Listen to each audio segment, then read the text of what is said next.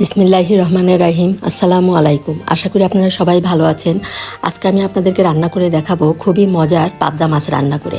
আশা করি এই রান্নাটা আপনাদের খুবই ভালো লাগবে। আর এই রান্নাটা করার জন্য আমি এখানে নিয়েছি একটা ঝিঙ্গা, কয়েকটা নিয়েছি ঢেঁড়স, আর নিয়েছি 2টা আলু। এখন আমি সবজিগুলো ভালো করে ধুয়ে কেটে নিব। এখানে আমি ঝিঙ্গা আর আলুগুলো এভাবে লম্বা করে কেটেছি। আর ঢ্যাঁড়স আমি এভাবে একটা ঢ্যাঁড়সকে 2 টুকরো করে নিয়েছি। আর পাবদা মাছও আমি এভাবে 2 টুকরো করে নিয়েছি একটা মাছকে, আর ভালো করে ধুয়ে পরিষ্কার করে নিয়েছি।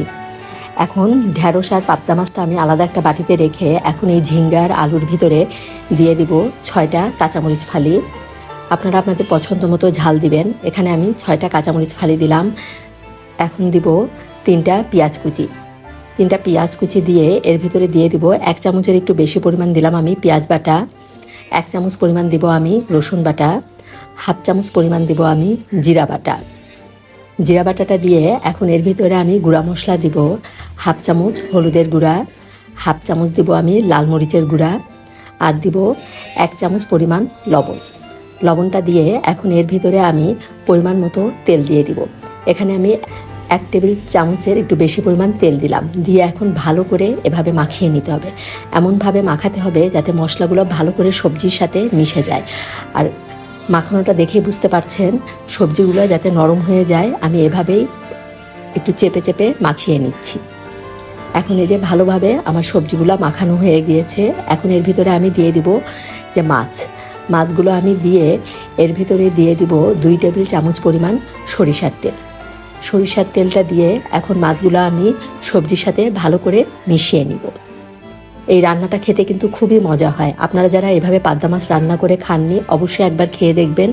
এই গরমে এই ধরনের তরকারি খেতে খুবই ভালো লাগে। এখন এই যে মাখিয়ে নিয়ে আমি এর ভিতরে খুবই সামান্য একটু পানি দিলাম, 1/2 কাপ পরিমাণ পানি দিলাম। যেহেতু পাবদা মাছ, ঝিঙ্গা এগুলো কিন্তু রান্না হতে বেশি সময় লাগে না, এই জন্য খুব সামান্য পানি দিতে হবে। এখন এই যে অল্প পরিমাণ পানি দিয়ে আমি হাতে যে মশলাটা ছিল সেটা আমি এর সাথে মিশিয়ে দিলাম।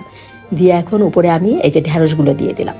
ঢ্যাঁড়সগুলোও কিন্তু সিদ্ধ হতে বেশি সময় লাগে না। আমি এখন ঢ্যাঁড়সগুলো দিয়ে এভাবে হাত দিয়ে একটু চেপে চেপে সব কিছুর সাথে মিশিয়ে নিলাম।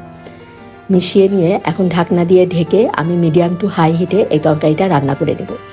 এই তরকারিটা লো হিটে রান্না করলে দেখা যাবে সবজি থেকে অনেক বেশি পানি বের হবে। এই জন্য মিডিয়াম টু হাই হিটে আমি এই যে 5 মিনিট রান্না করলাম। দেখুন তরকারিটা দেখতে কতটা লোভনীয় লাগছে। এই ধরনের তরকারি খেতে কিন্তু আমার খুবই ভালো লাগে। আপনাদের কাছে কেমন লাগে অবশ্যই কমেন্ট করে জানাবেন। এখন আমি ঢাকনা দিয়ে ঢেকে আরও 5 মিনিটের মতো রান্না করে নিলাম। এই রান্নাটা কিন্তু খুব সহজে হয়ে যায়, একদম 10 মিনিটের মধ্যেই কিন্তু আমার এই তরকারিটা রান্না হয়ে গিয়েছে। এখন আমি একটু এই যে এভাবে নেড়ে নিয়ে সামান্য একটু ধনিয়া পাতা দিয়ে দিলাম। ধনিয়া পাতা দিয়ে 2 মিনিটের মতো রান্না করে আমি চুলাটা অফ করে দিব। এই রান্নাটা আপনাদের কাছে কেমন লাগলো অবশ্যই কমেন্ট করে জানাবেন। আর ভালো লাগলে আপনারা অবশ্যই আমাকে একটা লাইক দিবেন। আর যারা এখনও সাবস্ক্রাইব করেননি, আমার রান্না যদি ভালো লাগে আমার চ্যানেলটি সাবস্ক্রাইব করে আমাকে এগিয়ে যেতে সহযোগিতা করবেন। এই যে হয়ে গেল আমার খুবই মজার পাবদা মাছের তরকারি।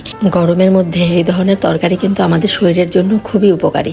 আপনারা অবশ্যই একবার এভাবে করে খাবেন, খুবই ভালো লাগবে। ধন্যবাদ সবাইকে। সবাই ভালো থাকবেন। আল্লাহ হাফেজ।